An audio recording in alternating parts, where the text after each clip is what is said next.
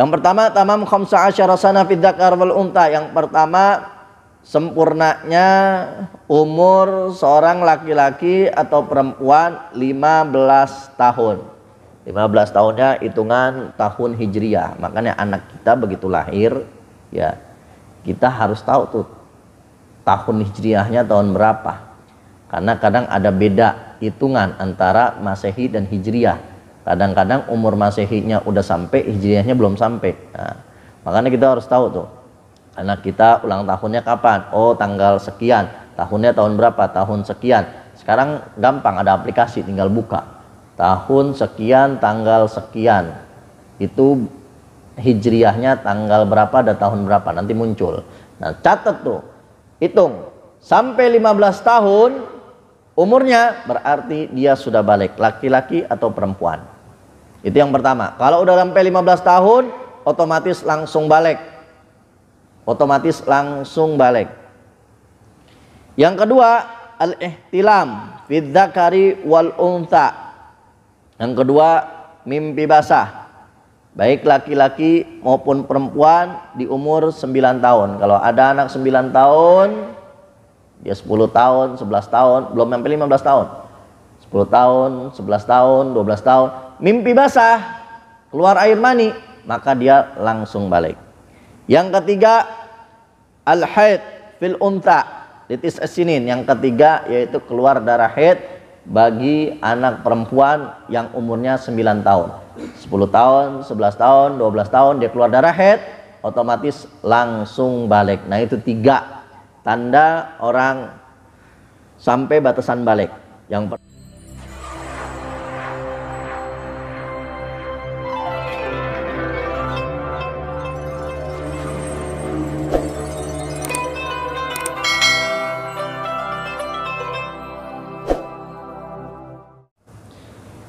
Alhamdulillah wa syukurillah, tsumma alhamdulillah wa syukurillah. Pada sore hari ini Allah Subhanahu wa taala kembali kumpulkan kita di masjid yang mulia ini dalam rangka menghadiri pengajian rutin yang diadakan di setiap pekannya. Dan karena pekan saat ini berada di pekan keempat, maka kajian yang kita bahas adalah kajian fikih melalui kitab Safinatun Najah. Mudah-mudahan kumpulnya kita pada sore hari ini menjadi sebab turunnya rahmat dan barakah dari Allah Subhanahu wa taala, dan mudah-mudahan menjadi sebab terkabul segala hajat-hajat kita, baik hajat yang berkaitan dengan urusan agama, dunia hingga akhirat kita. Mudah-mudahan apa yang nanti disampaikan bisa dipahami, bisa dimengerti, dan bisa kita jadikan pedoman serta kita amalkan dalam kehidupan kita sehari-hari. Amin ya rabbal alamin. Ma'asyiral hadirin rahimakumullah. Alhamdulillah, kemarin di pertemuan sebelum-sebelumnya kita telah memulai kajian kitab Safinatun Najah ini, ya, dimana sebelum-sebelumnya lagi kita telah membahas kitab Risalah Jami'ah. Risalah Jami'ah juga adalah kitab fikih, namun di dalamnya terdapat juga beberapa hal yang berkaitan dengan akhlak tasawuf, adab kita beribadah kepada Allah Subhanahu wa taala. Dan saat ini kita telah memasuki bab daripada bab apa ini? Bab air. Kemarin emang belum ngasal ya. Taman banget, nggak hafalnya ya kemarin ya. Kita telah masuk kitab bersuci ya. Alamat balik udah belum? Belum ya kemarin ya. Kitab Safinah belum. Karena kemarin Risalah Jami'ah udah selesai dan kita sekarang masuk kitab Safinah. Jadi kalau fikih itu nggak bakal ada habisnya kita belajar. Kalau yang pernah mondok, yang pernah pesantren tahu, di setiap kelas, dari kelas yang paling rendah sampai kelas yang paling tinggi, pelajaran fikih itu nggak pernah kosong dari kelas. Karena memang fikih ini pembahasannya luas. Dan fikih, ilmu fikih ini ilmu yang kita butuhkan dalam kehidupan kita sehari-hari. Sehari-hari kita bertemu dengan air. Kita buang air kecil, buang air besar, istinjanya, ceboknya pakai air, kemudian membersihkan najis baik yang ada di lantai, di tubuh ataupun di pakaian kita, pakai air juga. Kemudian kita mandi, kemudian kita wudhu dan lain sebagainya pakai air. Yang dibahas, ilmu yang membahas adalah ilmu fikih yang berkaitan dengan air. Mana air yang boleh digunakan, mana air yang makruh digunakan, mana air yang haram digunakan, yang nggak boleh digunakan. Kemudian kita sholat juga yang membahas fikih. Kemudian kita nanti di bulan suci Ramadan kita puasa yang membahas juga fikih. Kemudian kita mandi wajib, mandi besar, tata caranya apa saja yang mewajibkan kita mandi besar, juga fikih yang membahas. Kemudian zakat juga fikih, umroh juga fikih, haji juga fikih. Setiap hari hal-hal yang berkaitan dengan kehidupan kita sehari-hari itu dibahas dalam ilmu fikih. Makanya ilmu fikih ini adalah ilmu yang wajib kita pelajari, siapapun orangnya. Kita sering dengar hadis, thalabul ilm faridatun ala kulli muslim. Menuntut ilmu itu hukumnya wajib atas setiap muslim, baik laki-laki dan perempuan. Ilmu yang kayak gimana? Nah, salah satunya ilmu fikih ini. Karena ilmu banyak ya. Ada ilmu macam-macam, ada ilmu hitam, ada ilmu putih ya, ada ilmu santet, ada ilmu silat ya. Semuanya kita belajar wajib mempelajarinya? Enggak. Ilmu-ilmu yang kita butuhkan saja dalam kehidupan kita sehari-hari. Nah, termasuk ilmu fikih ini. Ilmu fikih ini ilmu yang kita butuhkan dalam kehidupan kita sehari-hari, khususnya yang berkaitan dengan ibadah kita. Nah, kalau kita nggak belajar ilmu fikih, nanti ditakutkan ibadah kita nggak sempurna dan tidak sah, sehingga tidak diterima oleh Allah Subhanahu wa Ta'ala. Sebagaimana Imam Ibn Ruslan dalam Shuffatul Zubat, beliau mengatakan, wa kullu man bighairi ilmin ya'malu amaluhu mardudatun la tuqbalu. Segala amal ibadah yang tidak didasari dengan ilmunya, maka ibadah tersebut bisa jadi akan ditolak, tidak diterima oleh Allah Subhanahu wa Ta'ala. Kenapa?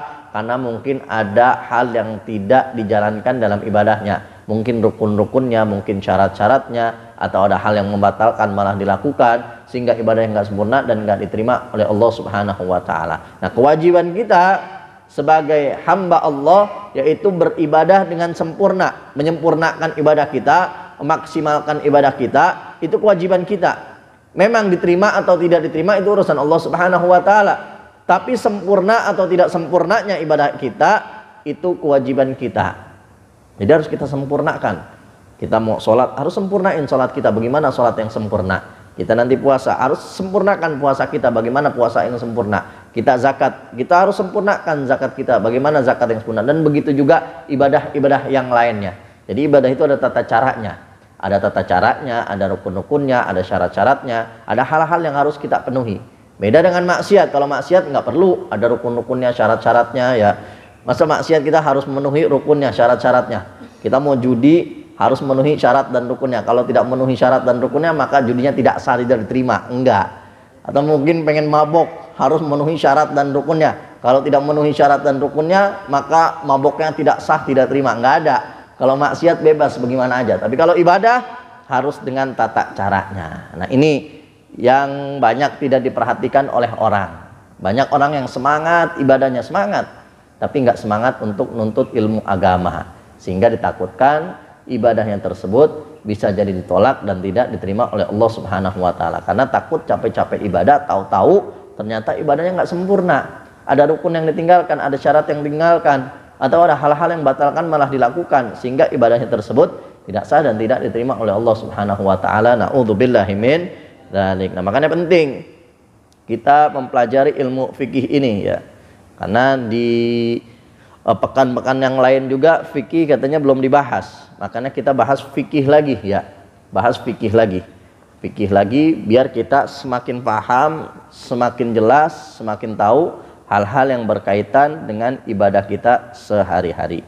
Nah, mudah-mudahan apa yang nanti disampaikan bisa difahami, bisa dimengerti, dan bisa kita amalkan dalam kehidupan kita sehari-hari. Amin ya rabbal alamin. Mari sama-sama kita mulai sebagaimana biasa dengan membaca niat ta'allum, niat belajar dan mengajar, agar majelis kita dan ilmu kita semakin diberkahi oleh Allah Subhanahu wa Ta'ala. Dimulai dari Al-Faqih dan para hadirin mengikuti dengan tertib.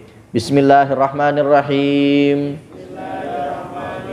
Nawaitu ta'alluma wa ta'lima wal ifadata wal istifadata wal hatha ala tamassuki bi kitabillahi wa sunnati Rasulillahi sallallahu alaihi wasallam wa du'a ilal huda wa dilalah alal khair ibtigha'a mardatillahi wa ridwanihi wa qurbihi wa thawabih. Bismillahirrahmanirrahim. Rabbil alamin. Allahumma shalli ala sayyidina Muhammadin salatan tukhrijuni min dhulumati rahmin tukrimuni min nufami min tudhihu lima ashkala atayyu fama anaka anta alamu wa la alamu innaka anta alamul ghuyub. Allahumma shalli wa sallim ala sayyidina Muhammadin wa alihi nur al-mudhibi linisyan binurihi fi kulli lamhatin wa nafasin adada ma wasimallah. Qala al-muallif rahimahullah ta'ala anhu wa nafa'ana bihi wa bi'ulum fid darin amin. Udah pernah kita bacakan Safinah ya? Udah ya? Udah mulai ya? Udah mulai terus waktu itu libur apa gitu kalau nggak salah ya, udah pernah mulai terus libur. Hah? Nanti kan jarang hadir, jangan komentar. Ya, kayaknya udah pernah kalau nggak salah, soalnya belum ditandain ini belum ditandain. Kalau risalah jamiah kemarin udah hatam ya, kemarin risalah jamiah udah hatam ya. Nah sekarang kita kan ngebahas kitab Safinatun Najah ya, dan kalau nggak salah kemarin udah kita pernah mulai dari pembukaan muqaddimah, kemudian kita jelaskan rukun Islam, kemudian kita jelaskan rukun iman, terus kita jelaskan juga makna kalimat tauhid yaitu la ilaha illallah, maknanya apa. Sekarang kita masuk ke pembahasan tentang kitab Thaharah, bab yang menjelaskan tentang bersuci. Nah setiap hari kita bersuci nih, setiap hari kita bersuci, dan masih banyak orang yang nggak ngerti ilmu tentang bersuci. Setiap hari bersuci tapi nggak tahu ilmunya. Nah, bisa jadi bersucinya itu ternyata belum suci dia bersuci. Nah, Kitab Thaharah, bab yang membahas tentang bersuci. Faslun, fasal fi alamatil bulugh. Nah, dimulai dengan pembahasan tanda-tanda balik. Ya, udah apa belum? Belum kan ya? Tanda-tanda balik. Belum ya? Tanda-tanda balik. Tanda-tanda balik itu di sini disebutkan alamatul bulugh, tanda-tanda seorang itu sudah balik. Balik itu dia sudah sampai batasan terkena hukum taklif.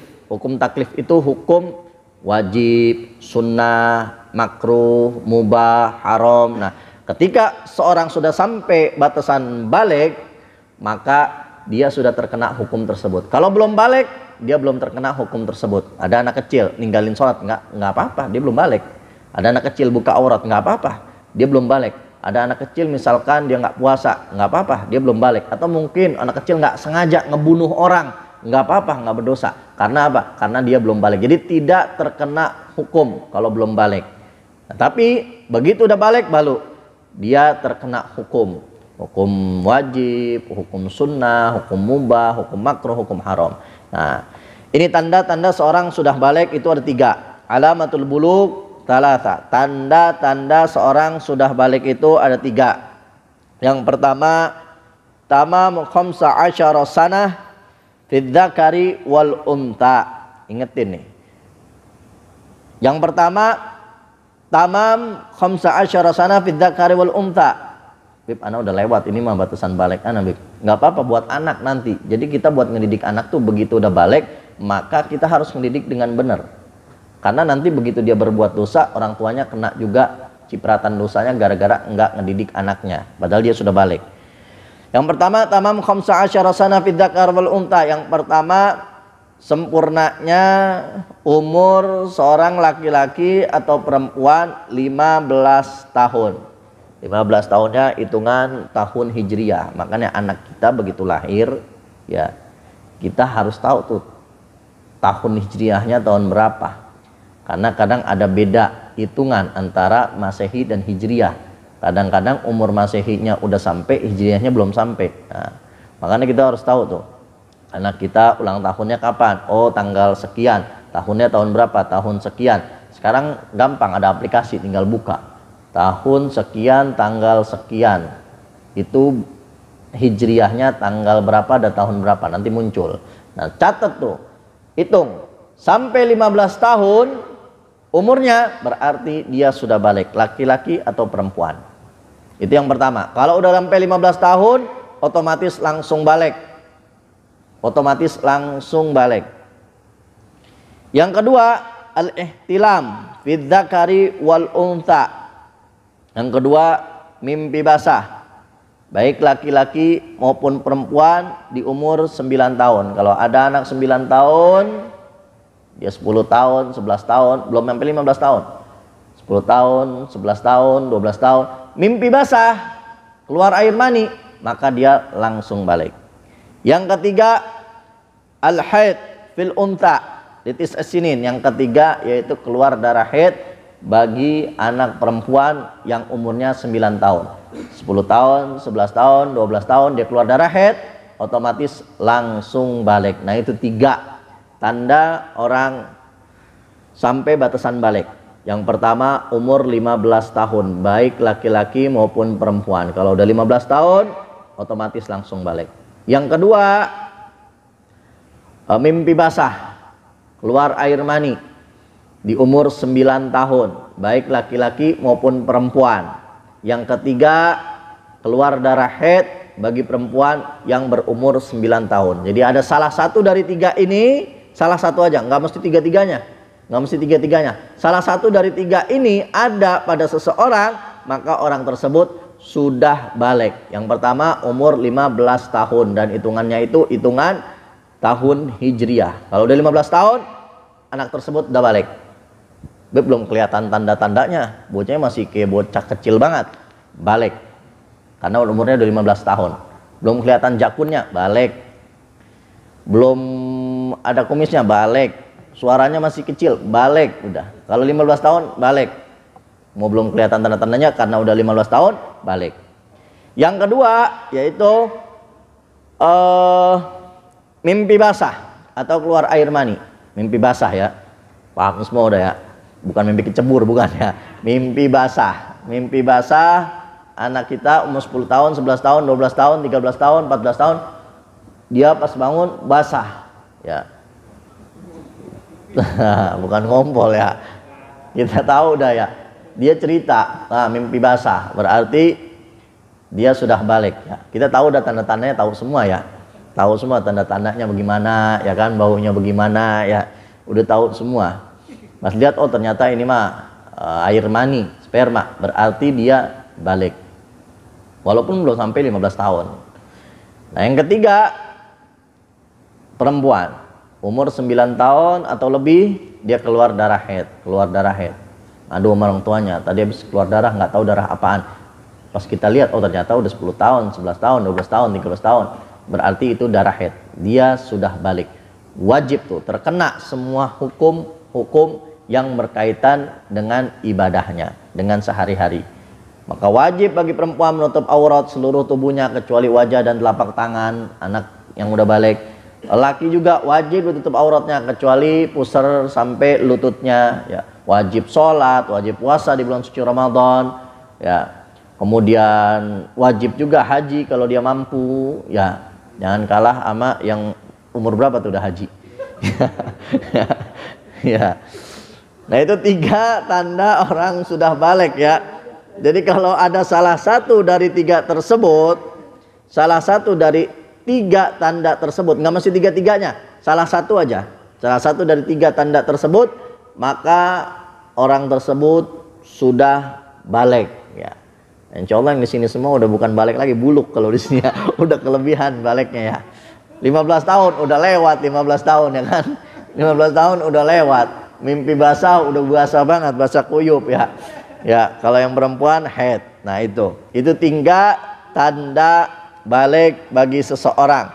Nah, itu harus dipahami, harus dimengerti dan wajib, bukan sunnah hukum ya, wajib kita tahu.